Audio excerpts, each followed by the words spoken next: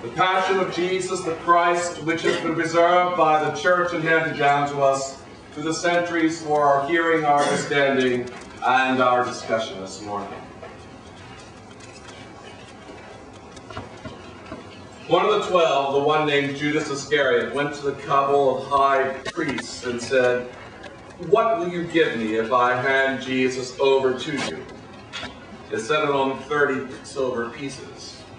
He began looking for just the right moment to hand him over.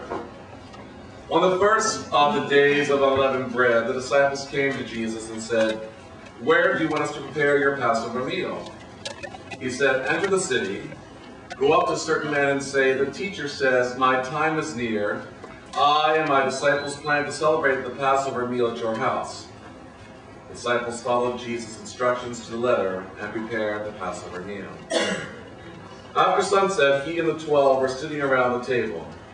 During the meal, he said, "I have something hard but important to say to you. One of you is going to hand me over to the conspirators."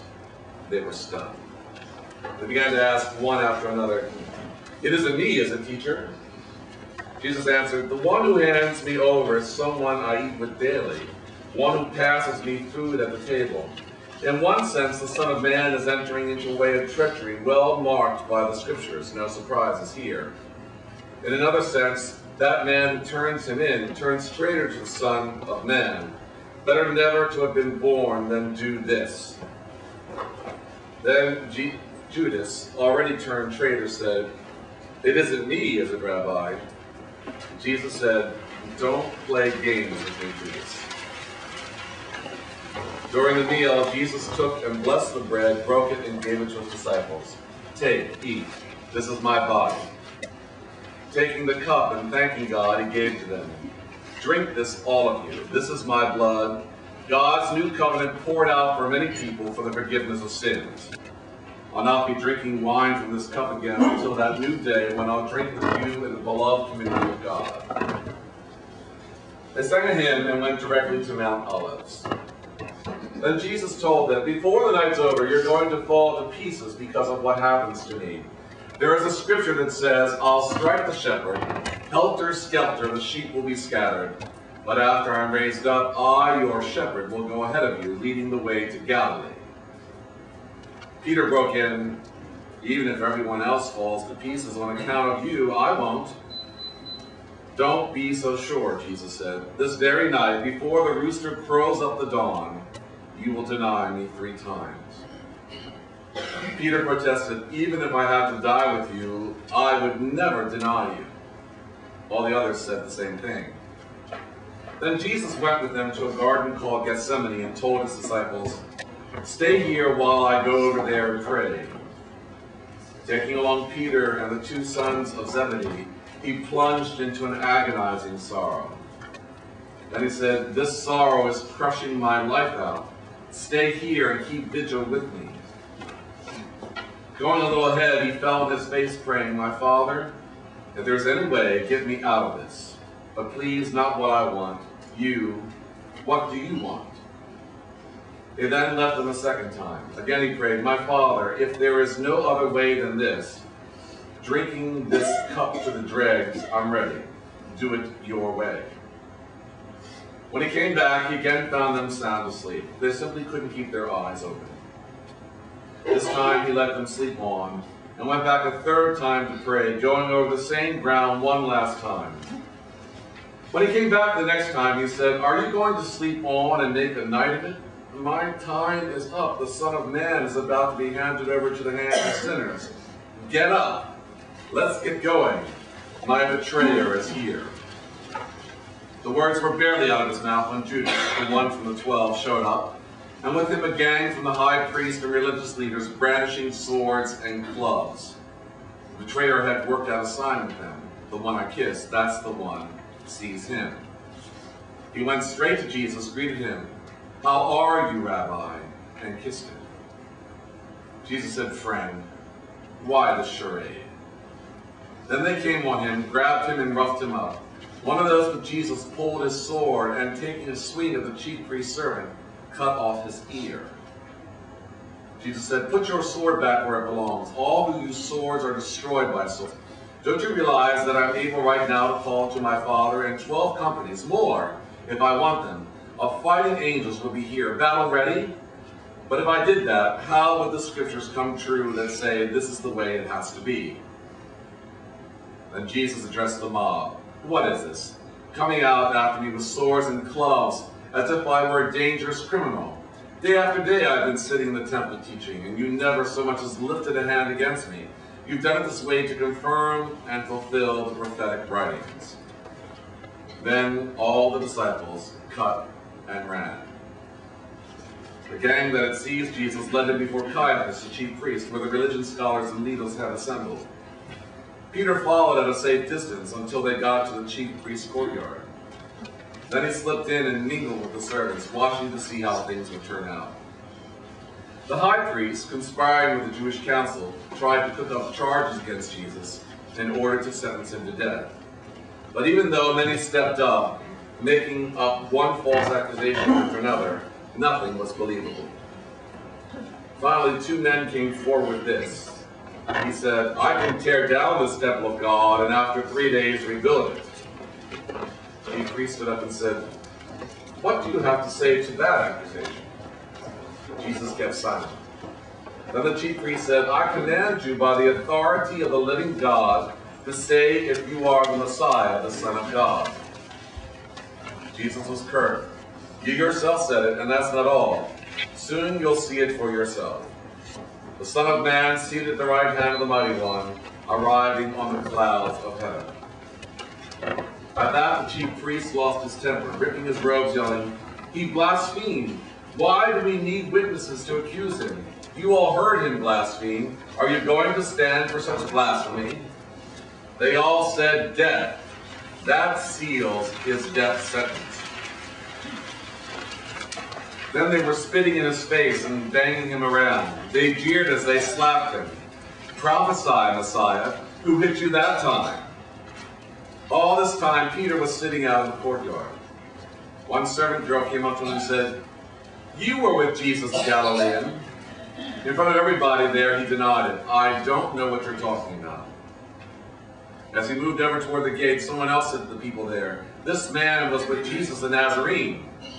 Again he denied it, salting his denial with an oath. I swear, I never laid eyes on the man. Shortly after that, some bystanders approached Peter. You've got to be one of them. Your accent gives you away. Then he got really nervous and swore, I don't know the man. Just then a rooster crowed. Peter remembered what Jesus had cried, before the rooster crows, you will deny me 3 times. He went out and cried and cried and cried. In the first light of dawn, all the high priests and religious leaders met and put the finishing touches on their plot to kill Jesus. Then they tied him up and paraded him to Pilate, the governor. Judas, the one who betrayed him, realized that Jesus was doomed. Overcome with remorse, he gave back the 30 silver coins to the high priest, saying, I've sinned. I betrayed an innocent man. They said, what do we care? That's your problem. Judas threw the silver coins into the temple and left. Then he went out and hung himself. The high priest picked up the silver pieces, but then didn't know what to do with them. It wouldn't be right to give this a payment for murder as an offering to the temple. They decided to get rid of it by buying the potter's field and use it as a burial place for the homeless. That's how the field got called Murder Meadow, a name that has stuck to this day. Then Jeremiah's words became history. They took the 30 silver pieces, the price of the one priced by some sons of Israel, and they purchased the potter's field, and so they unwittingly followed the divine instructions to the letter. Jesus was placed before the governor, who questioned him, are you the king of the Jews? Jesus said, if you say so. But when the accusations rained down hot and heavy from the high priests and religious leaders, he said nothing. Pilate asked him, do you hear that long list of accusations? Aren't you going to say something? Jesus kept silence, not a word from his mouth. The governor was impressed, really impressed. It was an old custom during the feast for the governor to pardon a single prisoner named by the crowd. At the time, they had the infamous Jesus Barabbas in prison.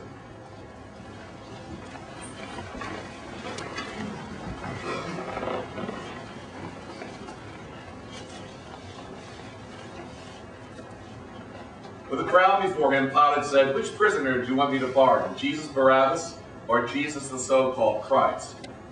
He knew it was through sheer spite that they had turned Jesus over to him. While court was still in session, Pilate's wife sent him a message. "Don't get mixed up in judging this noble man. I've just been through a long and troubled night because of a dream about him." Meanwhile, the high priest and religious leaders had talked the crowd into asking for the pardon of Barabbas and the execution of Jesus. The governor asked, "Which of the two do you want me to pardon?" They said, "Barabbas." "Then what do I do with Jesus, the so-called Christ?" They all shouted, "Nail him to the cross." He objected, "But for what crime?" But they yelled all the louder, "Nail him to a cross." When Pilate saw that he was getting nowhere and that a riot was imminent, he took a basin of water and washed his hands in full sight of the crowd, saying, "I'm washing my hands of responsibility for this man's death. From now on, it's in your hands, your judge and jury." The crowd answered, "We'll take the blame, we and our children after us." Then he pardoned Barabbas, but he had Jesus whipped and then handed over for crucifixion. The soldiers assigned to the governor took Jesus to the governor's palace and got the entire brigade together for some fun. They stripped him and dressed him in a red toga. They plaited a crown from branches of a thorn bush and set it on his head. They put a stick in his right hand for a scepter. Then they knelt before him in mocking reverence. "Bravo, King of the Jews," they said. "Bravo." Then they spit on him and hit him on the head with a stick. When they had had their fun, they took off the toga and put his own clothes back on him. Then they proceeded out to the crucifixion. Along the way, they came on a man from Cyrene named Simon and made him carry Jesus' cross. Arriving at Golgotha, the place they call Skull Hill, they offered him a mild painkiller, a mixture of wine and myrrh, but when he tasted it, he wouldn't drink it. After they had finished nailing him to the cross and were waiting for him to die, they whiled away the time by throwing dice for his clothes. Above his head, they had posted the criminal charge against him. "This is Jesus, the King of the Jews." Along with him, they also crucified two criminals, one to his right, the other to his left. People passing along the road jeered, shaking their heads and mocked lament. "You bragged that you could tear down the temple and then rebuild it in 3 days. So, show us your stuff. Save yourself. If you're really God's son, come down from that cross." The high priests, along with the religion scholars and leaders, were right there mixing it up with the rest of them, having a great time poking fun at him. "He saved others, he can't save himself. King of Israel, is he? Then let him get down from that cross. We'll all become believers then. He was so sure of God. Well, let God rescue this son now, if God wants him. He did claim to be God's son, didn't he?" Even the two criminals crucified next to him joined the mockery. From noon to 3, the whole earth was dark. Around mid-afternoon, Jesus groaned out of the depths, crying loudly, "Eli, Eli, lama sabachthani," which means, my God, why have you abandoned me?" Some bystanders who heard him said, "He's calling for Elijah." One of them ran and got a sponge soaked in sour wine and lifted it on a stick so he could drink. The others joked, "Don't be in such a hurry. Let's see if Elijah comes and saves him." But Jesus, again crying out loudly, breathed his last.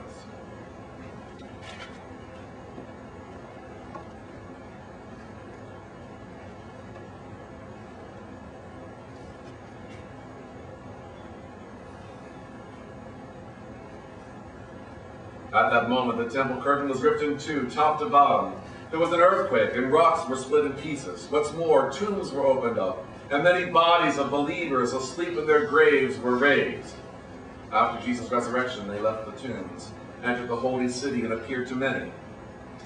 The captain of the guard and those with him, when they saw the earthquake and everything else that was happening, were scared to death. They said, "This has to be the Son of God." There were also quite a few women watching from a distance, women who had followed Jesus from Galilee in order to serve him. Among them were Mary Magdalene, Mary the mother of James and Joseph, and the mother of the Zebedee brothers. Late in the afternoon, a wealthy man from Arimathea, a disciple of Jesus, arrived. His name was Joseph. He went to Pilate and asked for Jesus' body. Pilate granted his request. Joseph took the body and wrapped it in clean linens, put it in his own tomb, a new tomb only recently cut into the rock, and rolled a large stone across the entrance. Then he went off, but Mary Magdalene and the other Mary stayed, sitting in plain view of the tomb. After sundown, the high priests and Pharisees arranged a meeting with Pilate. They said, "Sir, we just remembered that liar announced while he was still alive, 'After 3 days I will be raised.' We've got to get that tomb sealed until the 3rd day. There's a good chance his disciples will come and steal the corpse and then go around saying, 'He's risen from the dead.' Then we'll be worse off than before, the final deceit surpassing the first." Pilate told them, "You will have a guard. Go ahead and secure it the best you can." So they went out and secured the tomb, sealing the stone and posting guards.